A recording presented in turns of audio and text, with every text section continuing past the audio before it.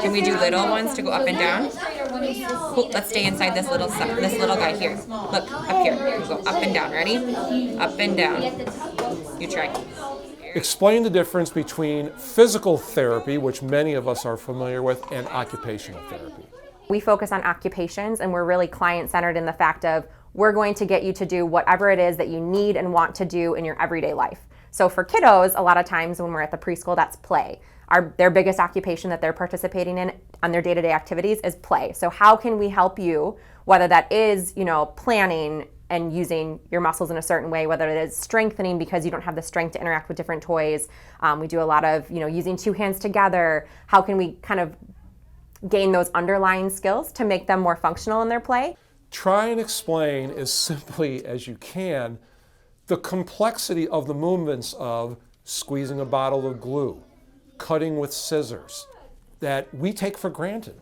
There's so many muscles and components that go into all those different activities that I think we do take for granted on like a day-to-day basis. So for example, for a kid, when you watched him do it, he had to twist that top of the glue. So he's using what we call like opposition. He's using his thumb to his fingers to pinch and to twist. So it's taking an amount of coordination to get that movement. It's taking an amount of strength to be able to push hard enough to get it to turn. And then he's having to use two hands together to rotate it over and to squeeze together. So overall, like a lot of those activities that are so simple for some kiddos, we don't notice the fact that some of these other children that have delays in their fine motor skills, that they really have to really, really work at those things. It says, I love you. Who do you want to write it to, Mom or Dad?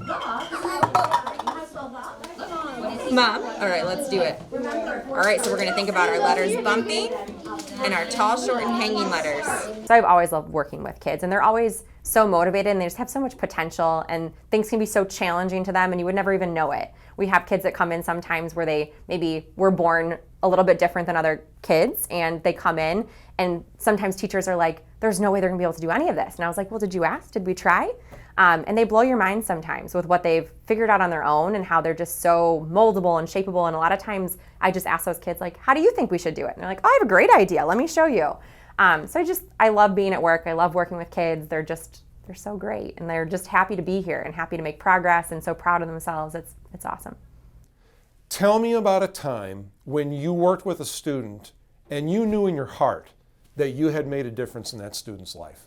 I was just in one of my classrooms the other day, and it was the student's second day, and she had difficulty kind of being sensory regulated in the sense where she was like awake and aware and really interacting and engaging with people in the assessment. And I walked into that classroom, and she's walking around, she's saying hi to friends, she's trying to do things with friends in the classroom, and I was able to really facilitate that play because she has a hard time like using two hands together, having enough strength to really build and create and use tools in the classroom. So I was able to assist her to engage with her peers, and she was lit up. She just loved to be in there. She'd never really had that experience of being around kids her own age, especially with COVID and everything going on. That's something we're seeing more and more. So that was definitely a time, and it happens fairly commonly, where those kids that have never had intervention before, they go into the classroom, we see them a couple times, and they just start thriving.